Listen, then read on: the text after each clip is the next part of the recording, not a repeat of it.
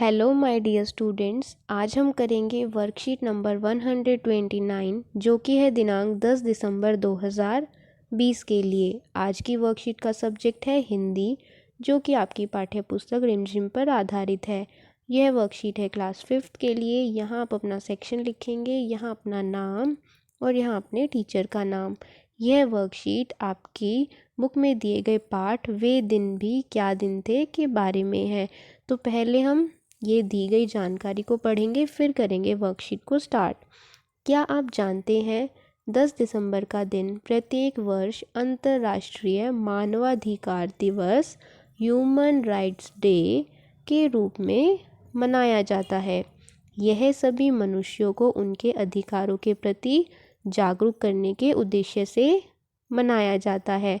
तो बच्चों, 10 दिसंबर को हम मनाते हैं ह्यूमन राइट्स डे, और इसका क्या लक्ष्य है, क्या उद्देश्य है ये दिन मनाने का, ताकि हम सबको उनके अधिकारों के बारे में जागरूक कर सकें। मानवाधिकार वे मौलिक अधिकार हैं जो सभी मनुष्यों को शिक्षा, स्वतंत्रता एवं समानता प्रदान करते हैं। तो ये मानवाधिकार होते क्या हैं बच्चों? ये वो कुछ फंडामेंटल राइट्स हैं जो हमें हर जगह स्वतंत्रता और समानता प्रदान करते हैं। हर क्षेत्र में सब जगह सब लोग एक समान हैं। इन अधिकारों के अनुसार किसी भी व्यक्ति के साथ जाति, वर्ण, लिंग, भाषा, धर्म, राजनीति या अन्य विचार प्रणाली, किसी देश या समाज विशेष में जन्म, संपत्ति या किसी प्रकार की अन्य मर्यादा आदि के आधार पर भेदभाव नहीं किया जा सकता। तो बच्चों, हमने पढ़ा कि हम सब एक समान हैं, किसी के साथ कोई भेदभाव नहीं किया जा सकता। ये हमें ह्यूमन राइट्स डे के बारे में ध्यान रखना है। ये मनाते हैं हम 10 दिसंबर को, और हमें खुद भी किसी के साथ भेदभाव नहीं करना चाहिए, चाहे कोई किसी भी जाति का हो, कि कोई भी भाषा बोलने वाला हो, किसी भी धर्म का हो, हमें सबको एक समान मानना है। तो चलो बच्चों, अब करेंगे वर्कशीट स्टार्ट, और वर्कशीट का नाम है उपसर्ग एवं पत्र। तो आज हम उपसर्ग के बारे में जानेंगे, और सेकंड क्वेश्चन में एक लेटर लिखेंगे, पत्र लिखेंगे। प्यारे बच्चों, आपने वे दिन भी क्या दिन थे पाठ पढ़ा। यह पाठ एक विज्ञान कथा है। विज्ञान शब्द दो शब्दों के मेल से बना है, वी जमा ज्ञान। जो ये शब्द है विज्ञान, इसमें दो शब्दों का मेल है, एक है वी और फिर ज्ञान, और दोनों को मिला दिया तो बन गया विज्ञान। इसी प्रकार कुछ अन्य शब्द भी हैं, जैसे निरोग, निवेश, निडर। इन शब्दों में नी शब्दांश रोग, वेश और डर शब्दों से आगे जुड़ा है। तो बच्चों, इन तीनों शब्दों में हमने क्या देखा कि तीनों के आगे नी जुड़ा है। इसमें भी, इसमें भी और इसमें भी। इसमें रोग के साथ जुड़ा, इसमें वेश के साथ और इसमें डर के साथ। इन शब्दों के आगे नी जुड़ने से इन तीनों शब्दों का अर्थ बदल गया है। तो बच्चों, जब इनके आगे नी जुड़ा तो इनका अर्थ चेंज हो गया। तो बच्चों, वे शब्दांश या शब्द जो किसी शब्द से पहले जुड़कर उसके अर्थ को बदल देते हैं, उपसर्ग कहलाते हैं। तो हम किन शब्दों की बात कर रहे हैं, किन शब्दांश की बात कर रहे हैं? जो किसी दूसरे शब्द के आगे लग जाते हैं, जैसे ये नी और इसमें वी, उन्हें हम उपसर्ग कहते हैं, क्योंकि ये किसी शब्द के आगे लगकर उसका अर्थ बदल देते हैं। हमने ऐसे ही कुछ शब्दांशों के बारे में पढ़ा था जो थे प्रत्यय। वो कहाँ लगते हैं? वो किसी शब्द के अंत में लगकर। और ये उपसर्ग हैं जो आगे लगते हैं। उपसर्ग आगे लगते हैं, प्रत्यय पीछे लगते हैं। प्रत्यय के बारे में हम पहले वर्कशीट कर चुके हैं, और आज हम उपसर्ग के बारे में पढ़ रहे हैं जो शब्दों के आगे लगते हैं और उसका अर्थ बदल देते हैं। जैसे बच्चों, निडर। डर का मतलब क्या होता है? डरना। और नी लग गया तो निडर, मतलब जो किसी से नहीं डरता। देखो अर्थ विपरीत हो गया, अर्थ बदल गया। नी के लगने से, उपसर्ग के लगने से शब्द का अर्थ बदल गया, हमें एक नया शब्द मिला जिसका अर्थ अलग है। जैसे सुगम, सु जमा गम सुगम, उप जमा वन उपवन आदि। तो बच्चों अब हमने उपसर्ग के बारे में जान लिया, अब करेंगे प्रश्न। पढ़िए, समझिए और उपसर्ग शब्दों का प्रयोग करते हुए तालिका को पूरा करने का प्रयास कीजिए।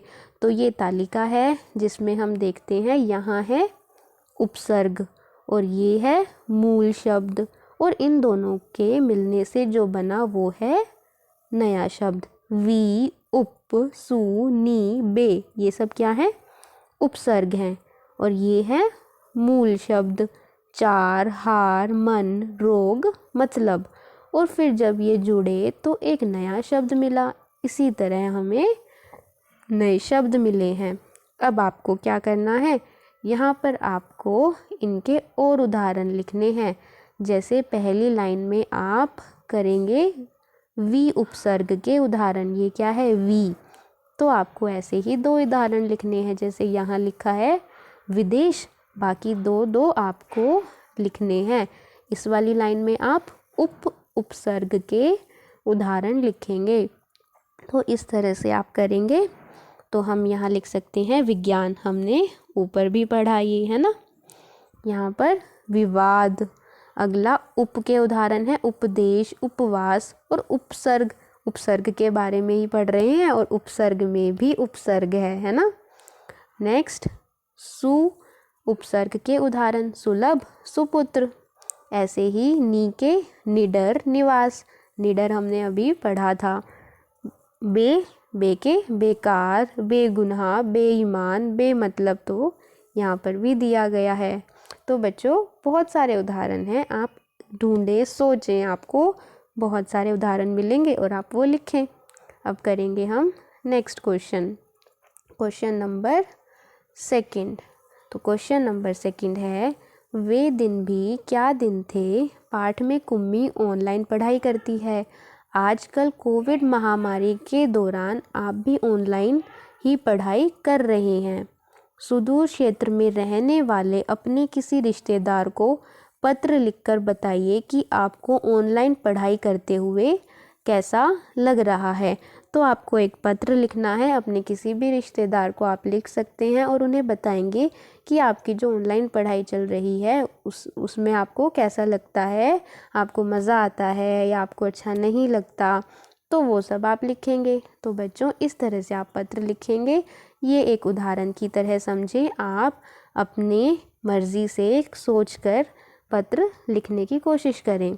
तो बच्चों यहाँ पहली 2 लाइनों में आप अपना पता लिख देंगे, फिर लिखेंगे दिनांक, फिर आप जिसको भी पत्र लिख रहे हैं, जैसे आदरणीय मामा जी, आदरणीय मामा जी, और फिर उनको प्रणाम, सादर प्रणाम।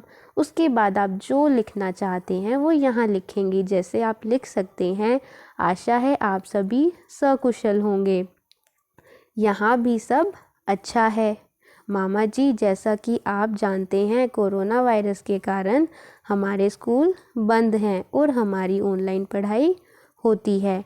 हमारे कक्षा अध्यापक हमें रोज़ रोचक कार्यपत्रिका व्हाट्सएप या यूट्यूब द्वारा भेजते हैं, जिसे करने में हमें बड़ा मज़ा आता है।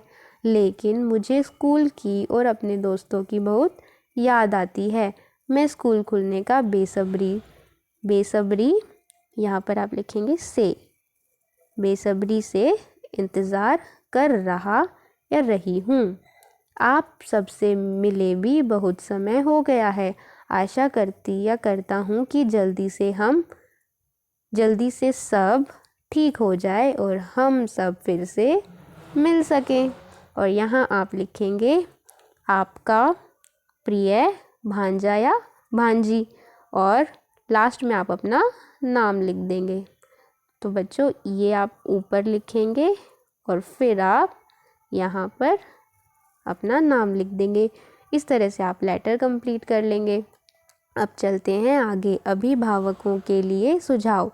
बच्चों को बताएं कि अधिकार और कर्तव्य एक ही सिक्के के दो पहलू होते हैं, अतः हमें अधिकारों के साथ अपने कर्तव्यों की भी जानकारी होनी चाहिए। तो बच्चों ये तो बहुत ज़रूरी बात है, हमें ये भी पता होना चाहिए कि हमारे अधिकार क्या हैं, लेकिन उसके साथ साथ हमें अपने कर्तव्य भी पता होने चाहिए कि हमें क्या करना चाहिए, हमें क्या क्या चीज़ें करनी चाहिए और क्या क्या नहीं करनी चाहिए। तो बच्चों दोनों चीज़ें पता होना आवश्यक है।